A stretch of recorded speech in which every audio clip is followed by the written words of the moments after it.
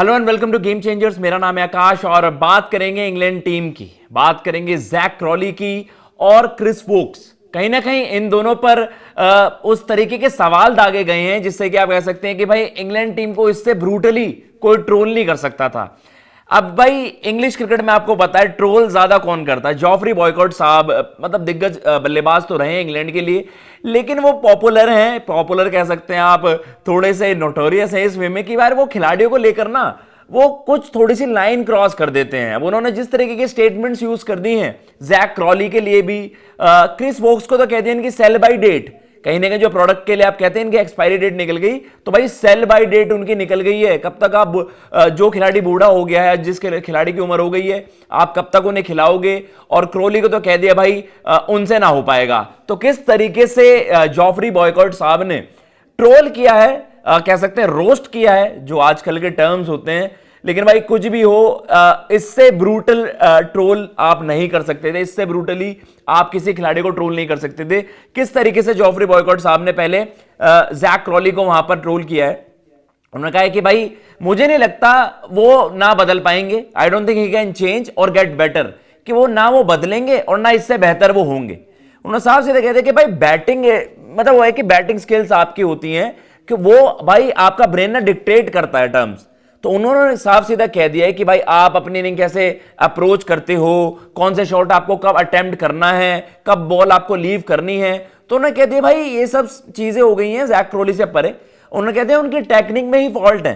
उन्होंने कह दिया है कि भाई जो ये उनके आप कह सकते हैं कि कुछ रिफ्लेक्सेस होती हैं, अब वो इंग्रेन्ड हैं भाई, इसमें बदलाव नहीं आ सकता। जो उनकी खामियां उनकी बैटिंग में, वो अब उसे दूर नहीं कर सकते हैं। साफ सीधा उन्होंने एक रेफरेंस भी वहां पर दिया है, leopard doesn't change his spots और may be jack does not want to change. तो कहीं ना कहीं ये है कि भाई अब इससे खराब तो नहीं कर सकते। जो उन्होंने बात कही कि आपकी एक आध परफॉर्मेंस आ जाती है और फिर आपके अगले बहुत सारे फेलियर्स होते हैं। साफ सीधी बात यह है कि 56 टेस्ट मैचेस खेलने के बाद आपकी 31 की एवरेज है, वो गुड इनफ नहीं है। आपने देखा इतने सारे फेलियर्स आपके आते हैं, एक बीच में एक आध पारी आपकी आ जाती है, तो वो इनफ नहीं है इस लेवल पर। और उन्होंने कहा है कि भाई वो बदल नहीं सकते हैं और साफ सीधा उनका केस वहां पर उन्होंने रेस्ट कर दिया कि शायद he is not good enough कि वो बदल भी पाए वहां से। तो ये तो उन्होंने क्रॉली के लिए कहा। अब उन्होंने वोक्स के लिए क्या कुछ कहा वहां पर, वोक्स को लेकर भी बता देते हैं। क्रॉली को लेकर तो भाई बाकी बहुत चर्चा हो रही है। इवन माइकल वॉन ने भी उनको कह दिया था कि भाई वो लकीस्ट क्रिकेटर है इंग्लैंड के लिए कि इतने खराब परफॉर्मेंस के बाद 56 टेस्ट उनके हो गए हैं। अब ये वोक्स को लेकर क्या कहा है वो आपके सामने चला देते हैं।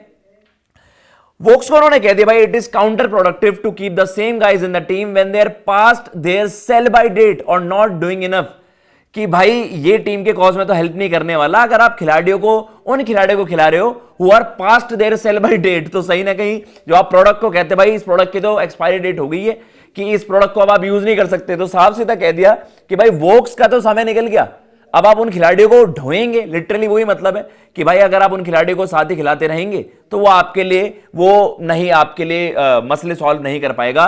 तो कहीं ना कहीं उन्होंने कहते हैं कि क्रिस वोक्स को आप देखिए, look at Chris Woakes, his pace is dropping as you would expect as a seamer gets older.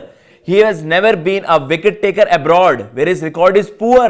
खराब परफॉर्मेंस बता दिया। कहते हैं इंग्लैंड में ठीक है पर बाहर तो आप ओवरसीज तो आपके देखे तो वो खराब ही है परफॉर्मेंस। अब्रॉड अगर आप परफॉर्मेंसेज उनकी देखोगे, and his batting has been handy at times as a safety valve when others have failed. तो कहीं ना कहीं उन्होंने मिक्स वगैरह में करके इंग्लैंड में थोड़ी अच्छी बॉलिंग कर दी और आप कह सकते हैं उनकी बैटिंग यूटिलिटी उन्हें बचा जाती है, उनका कहने का मतलब ये है। लेकिन ओवरऑल उन्होंने कह दिया भाई उनका जो फॉर्म है और जो उनकी उम्र निकल गई है, सेल बाय डेट उस खिलाड़ी की निकल गई है। अगर आप ऐसे खिलाड़ी को खिलाओगे तो आपके लिए वहां पर दिक्कत ही बनेगी। तो कहीं ना कहीं जैक क्रॉली को भी भाई जिस तरीके से माइकल वॉन का भी मैंने आपको बताया, और जॉफरी बॉयकॉट ने तो साफ सीधा कह दिया भाई he is good, he is not good for the stage. और इतने मैचेस कहां किन्हीं खिलाड़ियों को मिलते हैं, 56 मैचेस के बाद 31 की एवरेज बहुत ऑर्डिनरी है।